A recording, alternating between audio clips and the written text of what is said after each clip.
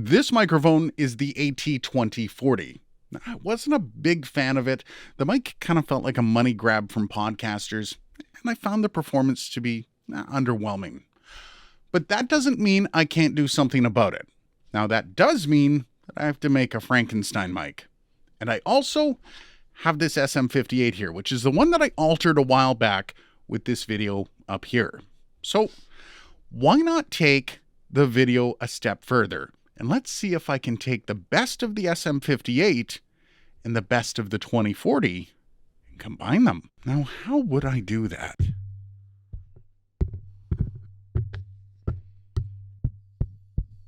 So the first thing you want to do is start taking the microphone apart. Now, remember, it's pretty simple to do. However, it's not the greatest quality of screws in here, and a couple at the back actually stripped, which meant I had to take more aggressive maneuvers, you know. Then you just unscrew the top here, and you keep unscrewing all of the microphone components to get that capsule out. Now, there's an extra 3 screws just below where the strap was that holds the mic up, but once you get those out, then it's just a matter of taking the wires off. Use a soldering iron to get the wires off so you can pull the capsule fully all the way out. And there you go. So now you want to get these rubbers off. These are what hold the capsule in place. Also part of a shock mount system. These ones are a bit of a pain in the butt to get off, but you only need one for the Shure capsule.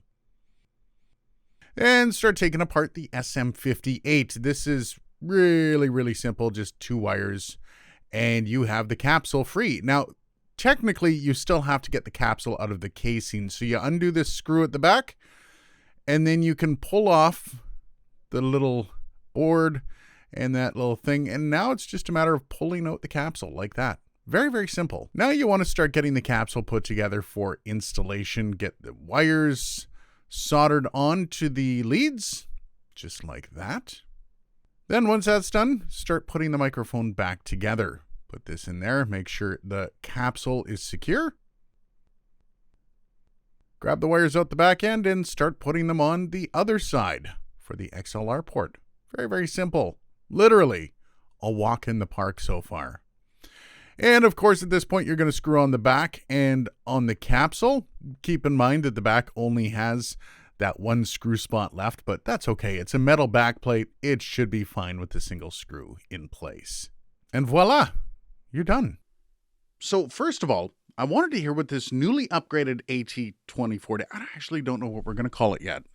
We'll talk about that in a bit. Wanted to know what it sounded like against an original SM58. Of course, you do have to remember that the SM that I used this for didn't have the transformer, but for the most part, you shouldn't notice too much of a difference. Now, one of the things I did lose was the handling. I wouldn't be playing around too much with this microphone, as you can probably hear as I move it around. But as I go back and forth between these microphones, can you hear the difference? Now, I also thought it might be wrong of me to not compare this monstrosity of a microphone to the SM7B. And the reason for that is the SM58 that's inside of here doesn't have a transformer. And if you saw my old video where I turned an SM58 into an SM7B by removing the transformer, that's why these two should be put side to side. What do you think? Did I just create an SM7B 2040? That's weird, isn't it? What do you think though? Between the AT2040 modified, still haven't worked on the name, and the SM7B, which one do you like? Which one? Can you tell a difference? Now, the body of the microphone will actually have an impact on the sound. I want to know, does the body of this impact the sound enough where it really differentiates itself from the SM7B? Did I just make the poor man's SM7B? Kind of cool, eh? This is the audio from the original AudioTechnica AT2040, and this is what it sounds like. I think I got a name for it. This is the Shure AudioTechnica AT-SM2040-58. Kind of like that name. Just rolls off the tongue, doesn't it? Anyways, this is the sound of the new microphone. Again, this is the original AT2040. What do you think of the differences between the two? This Once again, the new Shure AudioTechnica AT SM7B-58. This is how the microphone sounded before the operation. I kind of like this new version. What do you think? You think we've had enough of these back and forths? One more. What do you think, being the original AT2040? Was it much of an upgrade? Not gonna lie, this was actually a lot easier than I thought it was going to be.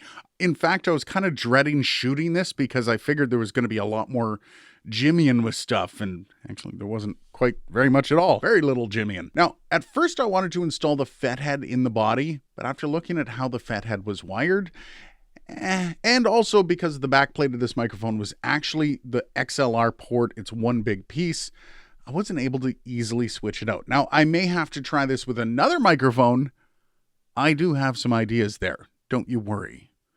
But all in all, this was actually kind of a fun project. It took me an afternoon, and honestly, it worked perfectly, or at least, mostly perfect. The back part of the microphone had it coming, and I think I fulfilled the promise of this video. You have the best parts of the 2040, which was the design, and the best part of the SM58, which was the sound. Now, I have an SM58 that looks somewhat decent on camera, gotta say. Now, should you do this yourself? No, I do not recommend it whatsoever. Though, if you do like to tinker and making unholy combinations of microphones is your thing, this is a very easy one to start with. Like, it was almost insultingly easy. Let me know what you think down below. Are there any other quirky mic tinkering projects you'd like to see me do? I'm curious what your thoughts are. Cheers, and I will see you in the next video.